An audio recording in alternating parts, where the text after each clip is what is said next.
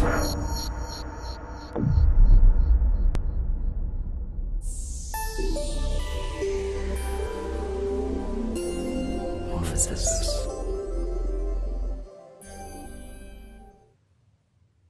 The theme of morphosis really resonated with me because I feel like I've just gone through one myself. In fact, I think I've just come out the other side of a quarter-life crisis. But instead of getting a younger girlfriend and buying a toupee, I grew a beard and became a poet.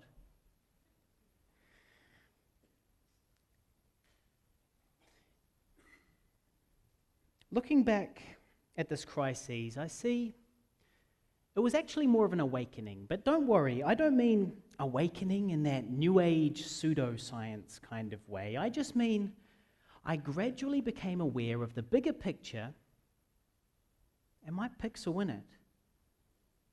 I look back at my 20s and see that I was an automaton, set on procreate mode. It's a wonder I got anything done. Worse than that, though, I was a hypocrite. I said I was an animal lover, and yet, through the power of purchase, I paid for animals to be tortured and murdered. Then I'd say stuff like, nature is important, as I filled up at the gas station with fuel that was imported from a war-torn brown nation, so I guess I was also kind of racist. But it's not that I was evil or malicious. It's that I was ignorant. I didn't know enough to know that I didn't know much, and I certainly didn't know that I was a bad person. But ignorance is not innocence. So now I'm doing my best to change. In keeping with this theme, I have 3 poems tonight. Feel free to applaud between each one. The first is called Romans 20:16.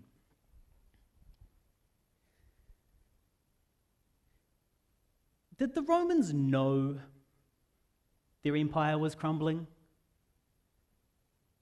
Or did life go on? As senators squabbled and barbarians massed, did citizens go to work, oblivious to the rumbling? As tides of change washed over their walls and all they had created began to fall, did the accountant count coins? Did the baker bake bread? What does the apocalypse look like? Is it the flash of missiles in the night sky? Is it a plague of frogs and a blood-red Nile? Or is it an entire species in denial? On Rapa Nui, after the trees were gone, people's diets became unconventional, consisting of rats and basic vegetables, but did they even know what they were missing? How can you miss a delicious fish if you've never been fishing to taste its deliciousness? If you're born after the last coconut has died, well then your rat tastes fine. So I wonder, is our empire in decline? But we don't know it's too late. So we're chopping down the trees while history turns the page.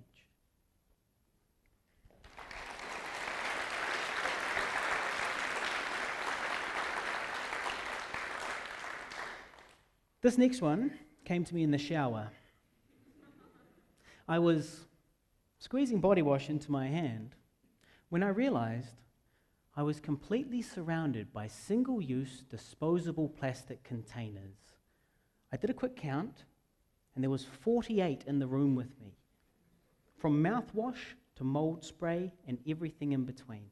Now, I only live with 3 other people, so that's 12 single-use disposable plastic containers per person on any given day in that particular room. And I thought, well, that's a lot. So I wrote this poem. It's called Message in a Bottle.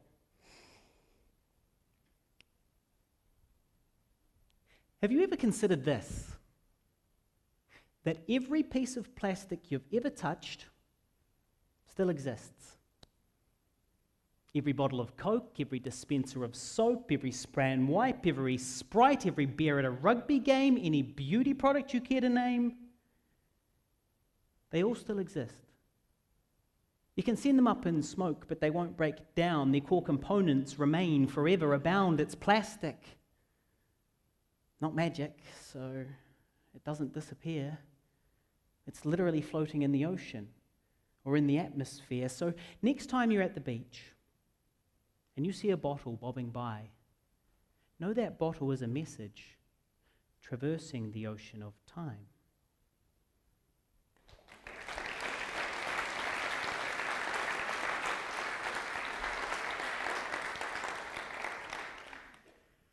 This final poem was written exclusively for this event. It's called Welcome to My Mind. I'm changing all the time. I changed universe from womb to world. I changed schools. I changed schools again. I changed schools 15 times. I changed friends, houses, lovers, form. I morphed from boy to man, from Christian to chrysalis to free-thinking humanist, from class clown to lady hound to armchair philosopher.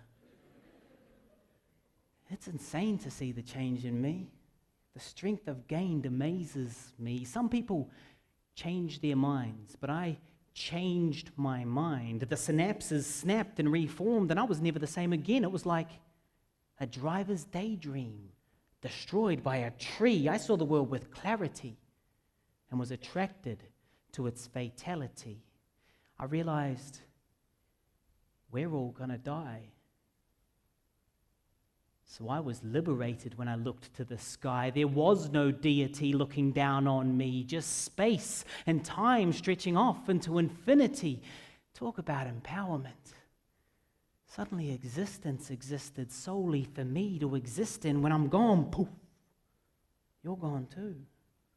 As far as I know, you don't exist when I leave this room. Am I a person or a brain in a vat? It doesn't matter.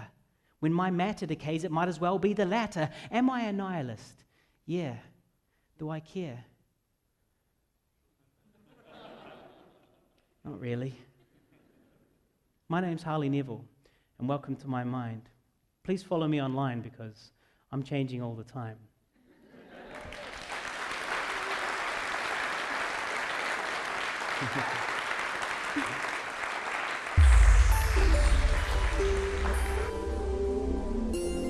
Morphosis.